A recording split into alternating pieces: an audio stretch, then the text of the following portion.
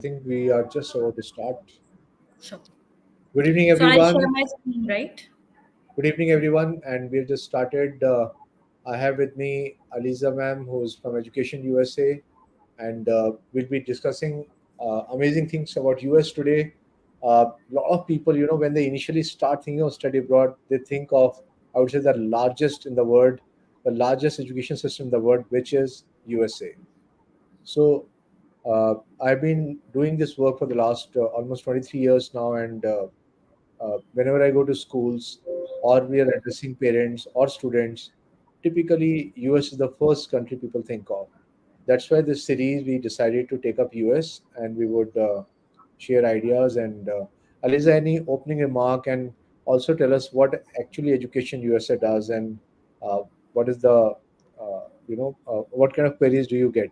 And then maybe we'll start off with queries immediately. Sure. Thank you so much, Jitin, for having us here for the session.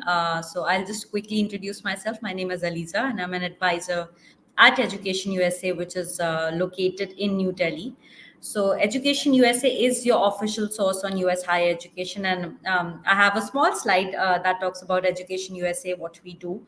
So we are a US government network, and we are located in different cities across India. Delhi is one of them. The other centers are in Chennai, Mumbai, Kolkata, and there are two centers in Hyderabad. So one of them is hosted by YF Foundation, and the rest of the five centers are hosted by United States India Education Foundation. Education USA also has a global presence, so we have more than 430 plus centers across 170 plus countries. And yes, we are there to help you with any questions related to US university applications, whether it's at the undergraduate level, by which I mean the bachelor's, or whether it's related to your master's or PhD. So if you have any specific queries, or if you would just like to know about the general application process, I'll be more than happy to guide you on that. So I think let's start with the general application process. I did get a few queries, so I'll just cover it. And yeah, there's a question from Gloria from Maharaj Augustine College. Is this webinar for master's program also? Yes, Gloria, it is for masters also. We'll be covering everything. I already have a couple of questions for masters, so we'll take that on. There's opportunities in the field of masters economics. So I think we'll take questions. So let's first of all let's cover generally, like, what is it that is needed. Let's say if I'm going after 12 or after graduation. Right. So when if you're going after 12th now, so US universities, they have certain standard requirements for any application, whether it's related to the bachelor's level or the master's level. So I'll first focus on the bachelor's level. Now, what you primarily need are your academic transcripts from classes 9 to 12, your test scores, and by these I am referring to the standardized test scores, which could be SAT or ACT. And you'll also need to have your IELTS or TOEFL or Duolingo scores. So these are language proficiency scores. Now, if you are an American citizen, if you have had certain exceptional cases, in those cases you may be exempted from giving the language proficiency exam. But since most of us are applying as international students, so it's important that you give these exams. So standardized tests and language proficiency tests are the second things. Other than that, you'll also need your personal essay. Now, every university will have an essay prompt, and these may be different from one university to the other. And some of them may also ask you for some additional essays. So they may ask you why you want to go to this university, or why are you choosing this particular program. So it depends from one university to the other what that particular essay prompt is. Next, you'll also need to show your financial documents. So there's a profile called the CSS profile that you will need to have. So most US universities, just to give you a quick overview of this, the process is that most US universities are there on an application portal called the Common App, or there's one called Collation, or the University of California, the UCs have their own app, which is called the University of California app. University of Texas would have its own app, which is called Applied Texas. So most of these universities are present on one or the other portal. So you will be applying to universities through one of these portals itself. Okay.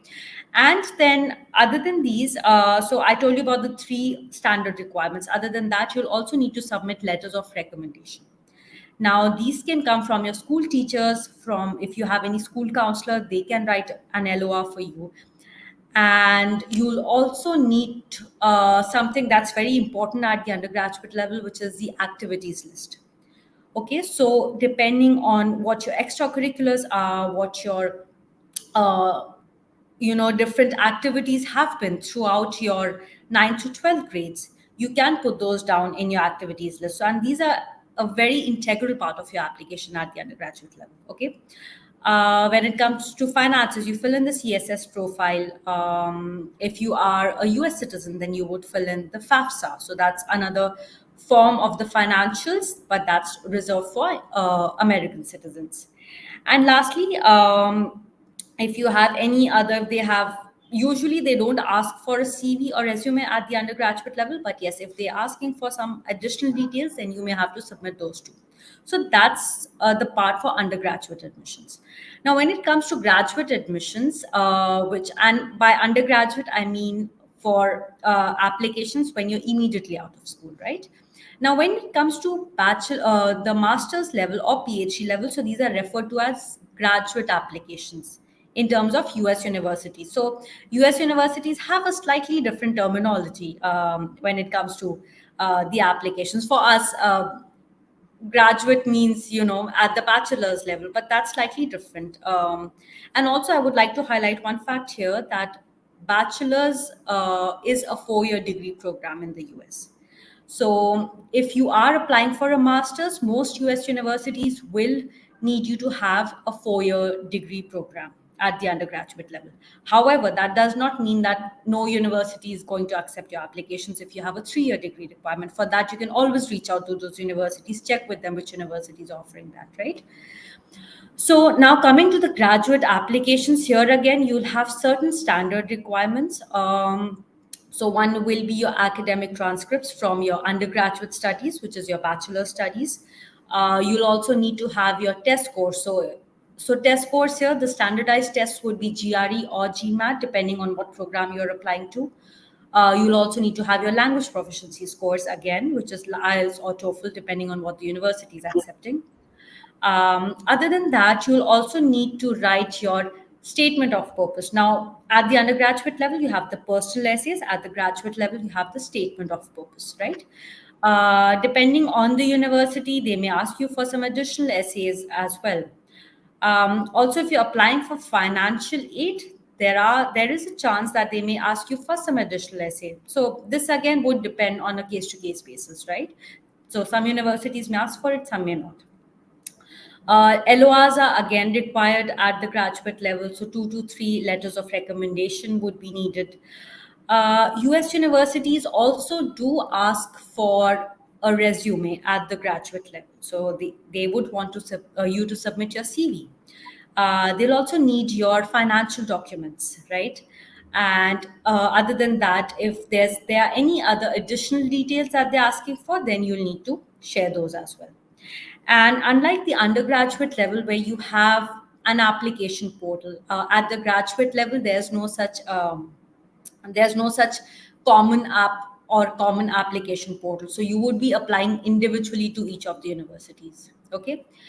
And in case you are applying for a PhD program, you may be also asked to submit an additional writing sample. Okay, so maybe a proposal for your program of study. So that's how the applications differ at the at the bachelor's and the master's level. Great, great. So maybe guys, I'll just show you some stuff. I'm just opening up a small PPT. Maybe if you can kindly help me. So I'll just quickly showcase certain things, and I have questions about profile building. I have questions about colleges also, which I will just take it on. But as of now, I'm quickly showing you a quick PPT on how do you look at US, one of the largest education systems in the world. Next, please. Next. Yeah. So when I look at UG application, typically when we are explaining to student, because a lot of people ask that how do I make it strong? I'm looking at top universities. So first is data. So you are from CBSE board, you're from IB board, you're from ICSE board. So what kind of grades you have been getting? Maybe you have done some additional things. You have a standardized test. You have done SAT. You have undertaken SAT or ACT. You have done some APs. You have competed in Olympiads.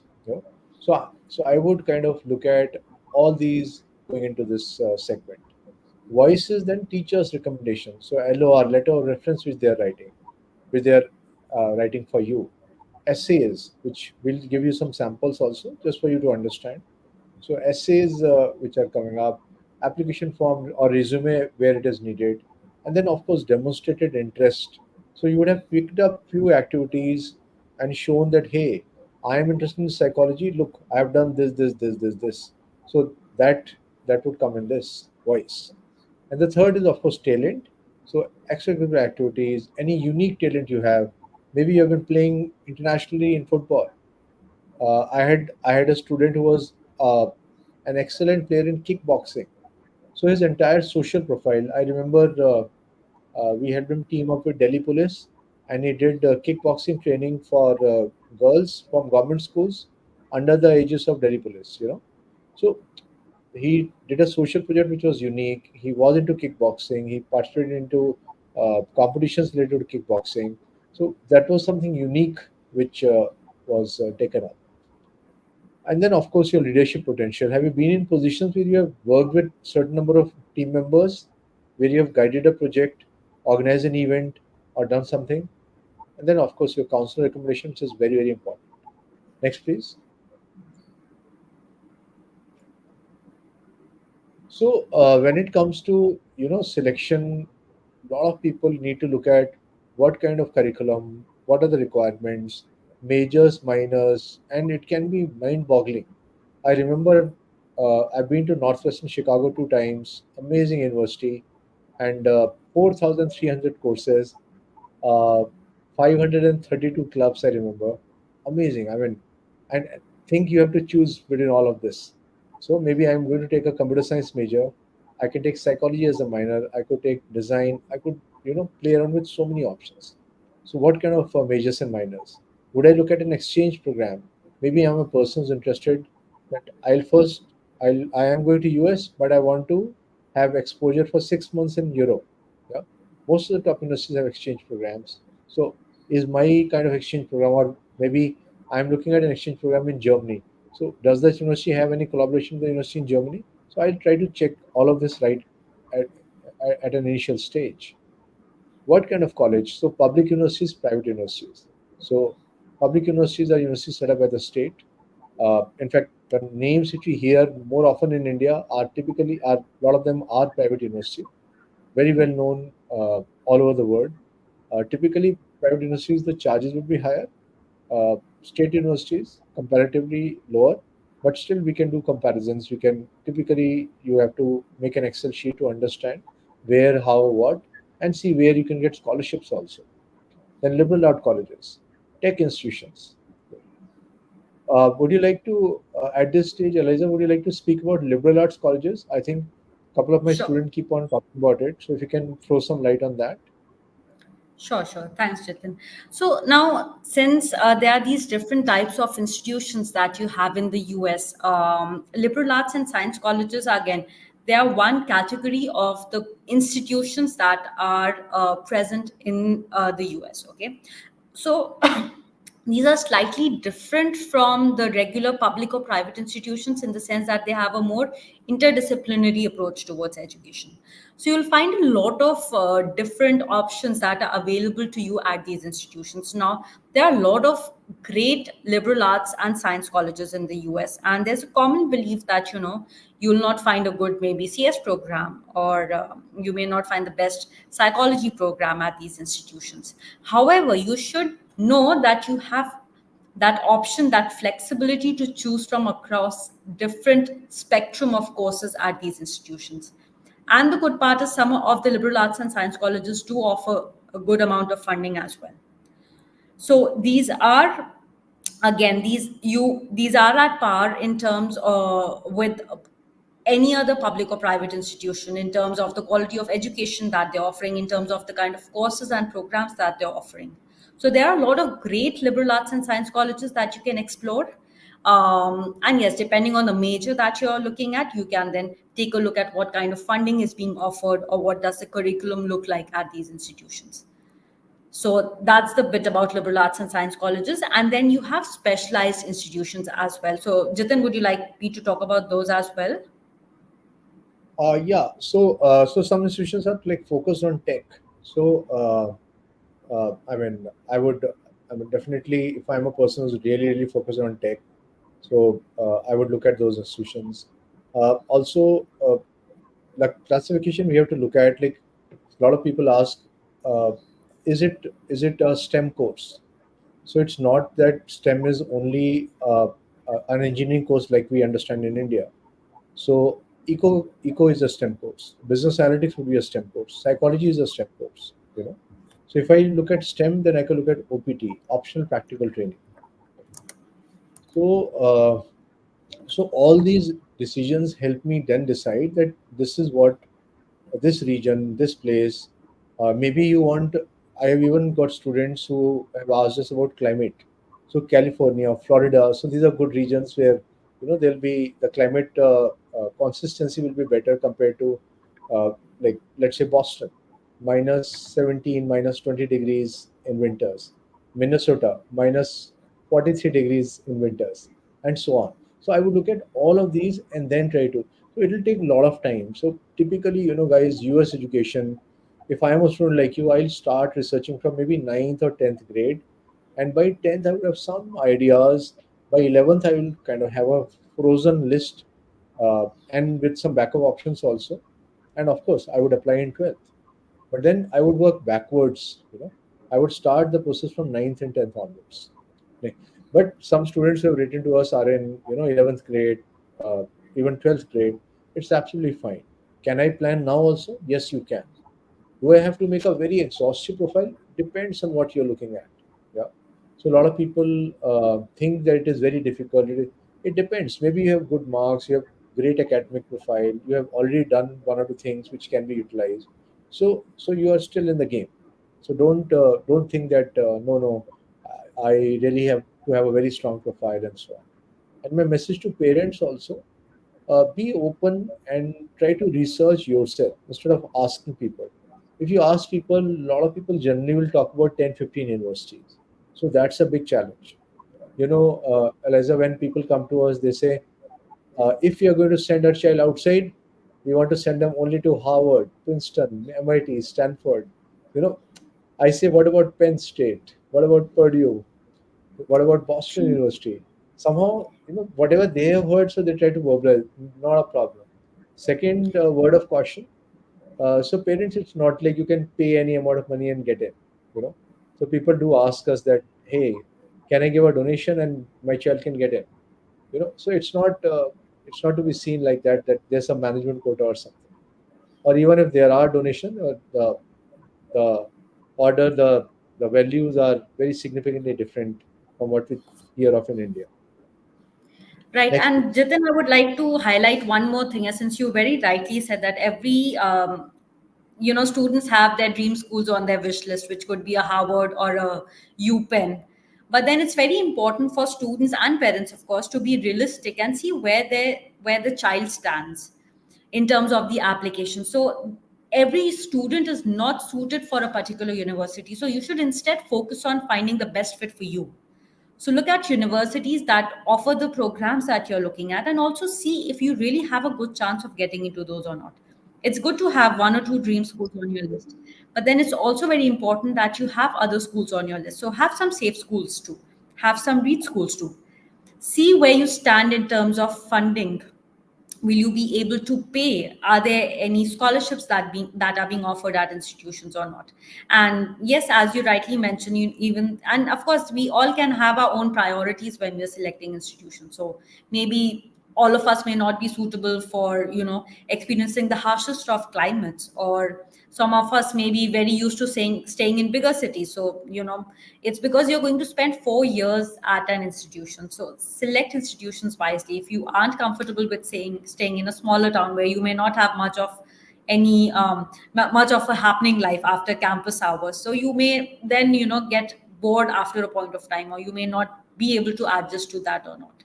So think about the different factors that really matter to you, and then consider your application. So it's very important to think about your program of study. Think about what does the location look like, how's the accommodation like, will you be able to pay for it or not. So planning all of these things in advance is very important. We do receive applications, and we have students who have got admits at some of the great universities, but then they don't have funding, and it's by that time it's very late to apply for any other sources of funding as well. So it's very important that you begin the process early on. Start thinking, start strategizing as to where should you look for those financial part, how would you stand in terms of your application. So choose wisely, be strategic, and then start selecting universities. Absolutely, absolutely. So guys, I think I'll just quickly take a few more queries which are very, very specific. So I got Tanmay Markan asking from Heritage School, Rohini, is Shivnadar BMS better than Maharajagsan BBA? Generally, Tanmay, I have interacted with people from Shivnadar also, and somebody in my near family from Agra also participated, like went for BMS, and Maharaj Agresian BBA also. So I would definitely consider Shivnadar to be better in terms of their curriculum, in terms of the delivery, in terms of research orientation which the faculty has. So yeah, I'll choose Shivnadar over Maharaj Agresian BBA. Is the degree valid in all foreign countries? Yes, it is. It's a recognized university, so it is definitely valid. Uh, Opportunity in the field of masters or eco graduate Surbhi Vashisht from Dayal Singh College is asking. So Surbhi, you'll work in the following areas. You'll work in, you will work in like central banks. You can work in consulting companies like Deloitte, KPMG, Ernst and Young, Accenture kinds. You can work in the field of econometrics. How knowledge of eco can be used to predict for the world of business. So that is something which you can definitely look at. Uh, and then, of course, you can look at teaching and research. If I look at any university all over the world, I'll certainly find certain number of eco teachers. So somehow we Indians are good at mathematics, and we have established ourselves. So think like this. Akshita Dillon, OP Jindal Modern School, 11th grade. So we have informed about other criteria. Still, if you have anything, you can ask us. But I hope you have been listening right from the beginning. But I'll quickly tell you about profile. A lot of people ask me about profile building. So I have a very easy way to help you guys out. Uh, you know, uh, 10 things in the profile. So imagine ECA1, ECA2. What is ECA? Extracurricular activity. So something which you're doing at the school. I'm sure you all guys who are thinking of applying abroad, you are thinking of building up your profile. So I would imagine that you're already participating in activities like public speaking, like any sports you're playing. So ECA1, ECA2. Then research paper. A lot of our students write research paper. They publish also. Any internship you can look at, social project, tech project in case you're looking for a tech this thing, a tech subject area to look at. Uh, Look at any one of this music oblique drama oblique dance oblique sports. So any one thing consistently if you have done. Uh, uh, I have students who write books. I have students who have done startups. No, not for all, but I'm just generally sharing that look, this is what people have done. I have a cohort of 12 students who are traveling to a university to understand patent filing, and they have all researched on which area they want to build up, and they would proceed with patents. Yeah, so not all of them, but few of them would get patents also. Yeah. So this is how one can look at profile, and a lot of these things you are already doing. So it's not if you are at a good school. I was speaking to somebody from a very prominent residential school today morning, and she kept on sharing that a lot of things schools are already doing. So that is also a part of your profile only. You have participated in MUNs, let's say, maybe to scale it up better. So you are participating in MUN, join a Gavers Club. If you're at a region where Gavels is a part of Toastmasters, it is present all over the world. It's one of the top clubs for public speaking. Yeah. So coming back, Anushka is saying from Indraprastha Women, uh, IP College for Women, basically third year exam over. History and philosophy in VA program has a chance for good opportunity abroad with minimum expenditure. I don't know, Anushka will have to define what the minimum expenditure is. But yeah, you can, if your grades are good, you can try for scholarships. It also depends on your financial profile. So a lot of students get good scholarships. Rian Bush is asking GD Goenka 11th grade, UG in automobile engineering and scholarship availability. So Aliza, would you like to take this? Yeah, sure. So, So Ryan, there are a lot of universities that are offering these programs, but then I would suggest if you have any specific, because your query is very specific to the universities offering this program and the scholarships available, what you can do is you can get in touch with me. We can probably discuss the scholarships that are available, and we do have a list of financial aid resources that we can share with you. You can refer to those, see which ones you're eligible for, and then apply to those. Other than that, the universities that are offering this program do also offer funding at the undergraduate level, and this funding could be need blind or need based. Okay, now all funding, you should consider this as a given that all are merit based, right? But some universities are need blind, which means that they will offer you funding whether you're asking them for it or not, and some are need based or need aware, where they will offer you funding based on the amount that you are seeking. So for example, if you say I can probably contribute XYZ amount of money, and this is the funding that I need, and then they can let you know if they can share that with you or not. So you can reach out to us. We'll be more than happy to share that list with you. And if you're looking for universities that are offering programs, your specific program, we can even help you select those too. So I leave my great, details, my contact ID here. You can reach out to us. Is that okay, Jitin? great, We can great. do that? Absolutely, 100%, Yeah. 100%. Also, Pavni from JKPS 11th grade, you're looking at career counseling, so you can again fix up with us and review if you can share our details also. So, Pavni, you can connect with us. We can do a complete aptitude testing and career counseling thing. So, that is what we do day in and day out. Srishti Tyagi is saying scope of MSc in psychology from USA. So, scope of MSc in psychology, Aliza, if you'd like to comment on that. Yeah. So again, so your question is it's a very generic one. I would need more details on that.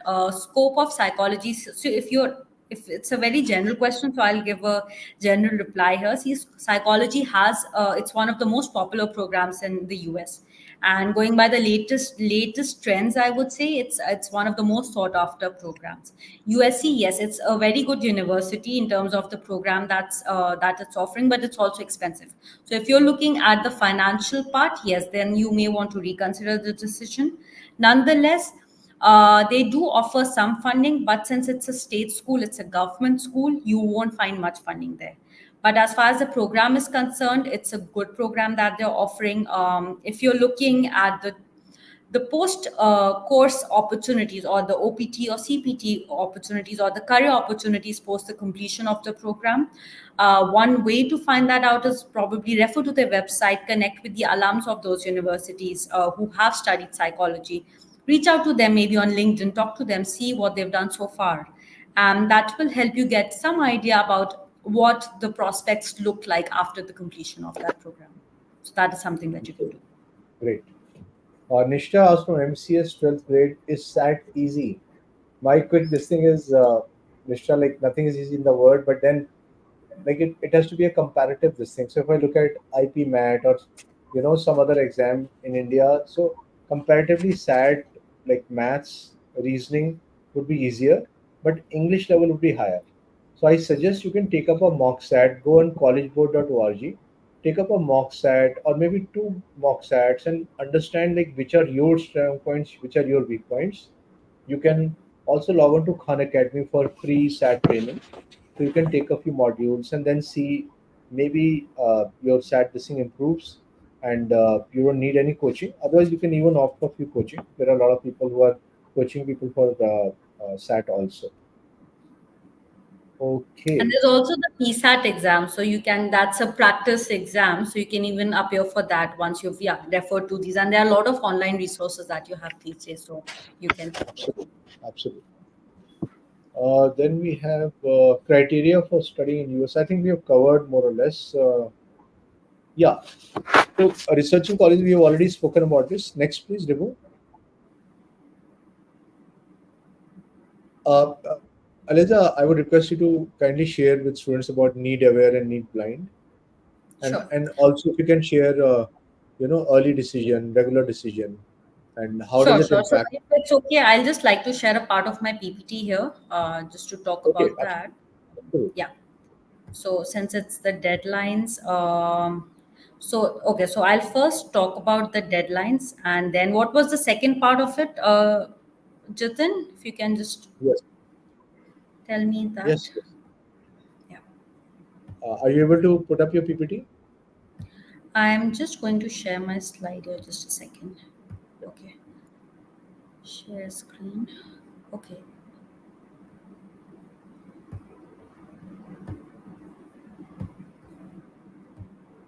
Okay. Is my screen visible? Yes. Okay, great. Right. So just to tell you a bit about the deadlines, okay, it's just loading, right? So now at the undergraduate level, you have these four kinds of deadlines, okay? And don't get confused. I'll try and explain each one of them. So first is the early decision deadline. Now, early decision deadline, it's non-binding, it's non-restrictive in the sense that you can apply to as many schools as you want to under the early decision. So these deadlines would be sooner than the regular deadlines.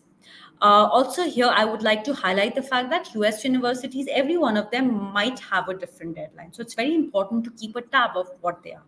And these are the four kinds of deadlines that you have. So first is early decision. You can apply to any number of schools under early decision. Okay. And next comes the early action deadline.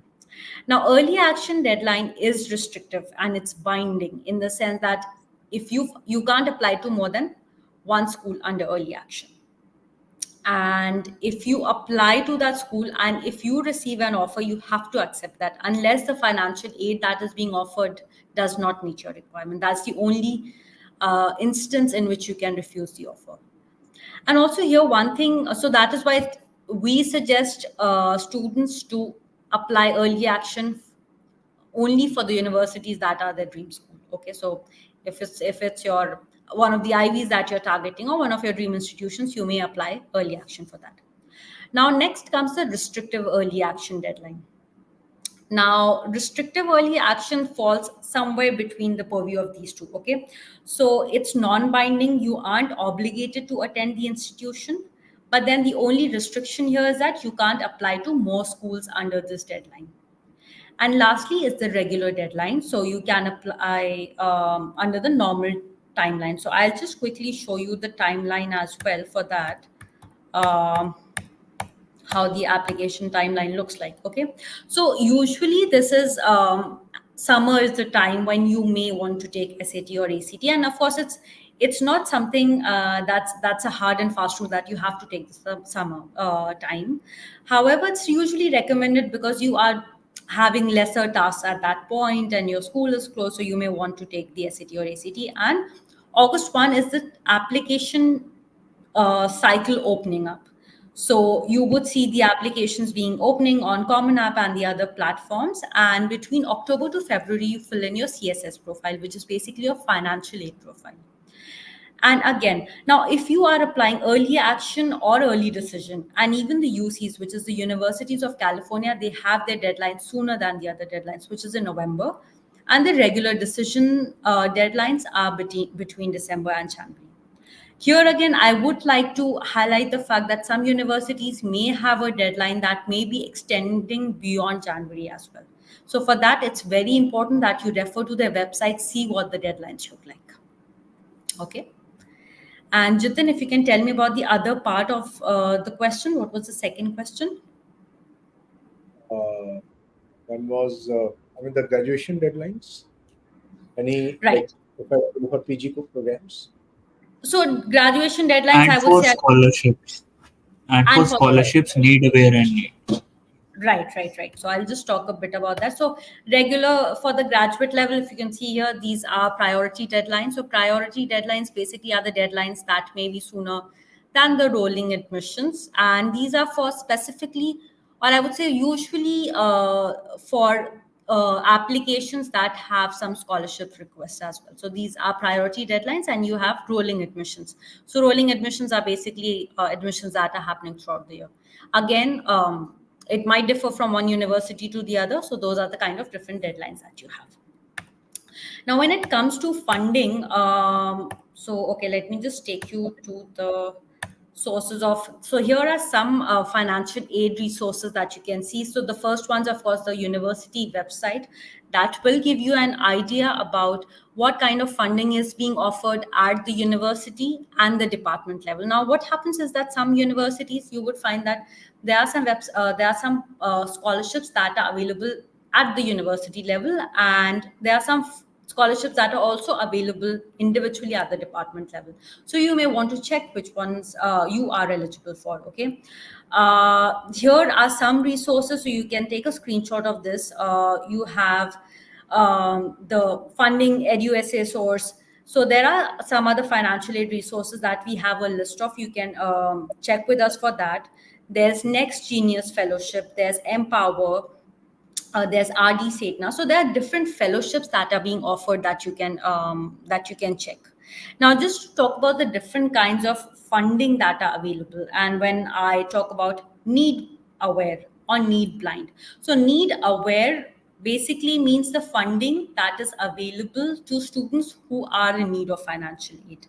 So you would say, as I mentioned this earlier, that this is the amount that I can contribute or my family can contribute, and I'm in need of so much more funding. So that is need aware, where the university will consider your need when they are assessing your application. And then the second part is need blind institutions. So need blind institutions or need blind financial aid that is being offered is the financial aid that will be offered to you irrespective of your need. So whether you've requested for financial aid or not, they may give you that financial aid, and they will not consider it as one of the factors in deciding your admissions to that particular university. So that's a primary difference. And also, students, it's very important to remember that all financial aid or all financial scholarships or any or such scholarships that are being offered, they are merit based. So you need to have a strong application. You need to demonstrate that academic worth to actually apply to those for those scholarships and funding resources. Great, great. So great.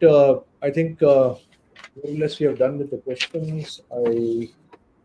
How to get a good university with a SAT score of 1250? Assam Valley School, Abhinav Agarwal. Okay, so Abhinav, see, now again, see, good university, it's a very subjective thing to ask. Okay, what is a good university for you? If you're talking of the IBs, then I'm afraid it may not be possible with that kind of an SAT score. Indian students, as it is, they get really high scores for SAT. So 1550 is something that they go beyond. So my suggestion is don't be disheartened. You can always look at institutions that are a good fit for you. So you don't always have to target the very selective institutions. Look at universities that are offering good programs, but aren't asking for that high SAT scores. Okay. Or the other thing is also that US universities have a holistic admissions process. Okay. So they aren't just looking at your SAT, they are looking at your grades, they are looking at your extracurriculars, they're also looking at your personal essays, they are looking at your LORs. So if you have those strong components, if they are really good, you can always balance your SAT score for that. But then again, be realistic, look at institutions that will be a good fit for you rather than going just by the name or the ranking or the best known institutions. Great, great. So I think we have covered most of the topics which we had shared earlier, and thanks a lot, Aliza, for being here and sharing Thank you. detailed insights into US education. So students, you can be in touch. And we, of course, we are into career counseling, and we do aptitude testing, career counseling, and then we help students with profile building, study board decisions also, and the entire end-to-end thing, end-to-end servicing is available. Of course, you can be in touch with Aliza ma'am in case you are focused on US and you're looking at US. So you can check back with her about various things as we have discussed earlier. And I would like to thank all of you, and few educators also had joined in. So I would like to thank them also. This is a series, people, and we'll be covering other countries also side by side. We have started off with US, but just follow us for more. We'll be covering other countries like UK, Australia, Canada, Netherlands, and a couple of others. With this, I wish you all the best, and any help you need, you can be in touch with us. Thank you. Thank you so Thank much. you, Bye sir. bye. Thank you, Eliza. So next we have is on study in Australia. So do join us next Wednesday, same time, 5 o'clock. Next Thank you. Wednesday, same time. So, Ribu is the person who's organizing a series of study abroad programs. He's a study abroad marketing guy right now. And guys, any help you need about various countries, you can be in touch with us. And we have very, very detailed profile building program. And people who have listened to us right now, get in touch for special offers, special discounts. We'll again display our numbers quickly. So these are our numbers. You can connect with us fast, and then let's start the journey. The earlier you start, the better it is. I've got Arushi Anand, who got almost $90,000 scholarship. I've got a student who went for a design course. Parson, she got about $110,000 scholarship. So a lot of scholarships are on the offer. You should know the right way to get it. You should understand profile. In case you are going for a design course, then you need a portfolio. In case a tech course, then a tech project, and so on. So we have been sending students to places like Cornell, uh, UC Berkeley, Columbia. I have a student who's studying there. So Babson, people who are interested in entrepreneurship, you know. In fact, today only my student has just got Duke Fuqua School of Management for a master's program. She came today to office to check whether I look at Duke or I look at ISEC. And obviously Duke is highly regarded, and uh, a very good brand name all over the world. So for anything, you can be in touch. I wish you all the best, guys. Thank you. See you again next Wednesday, same time. Thank you. Bye bye.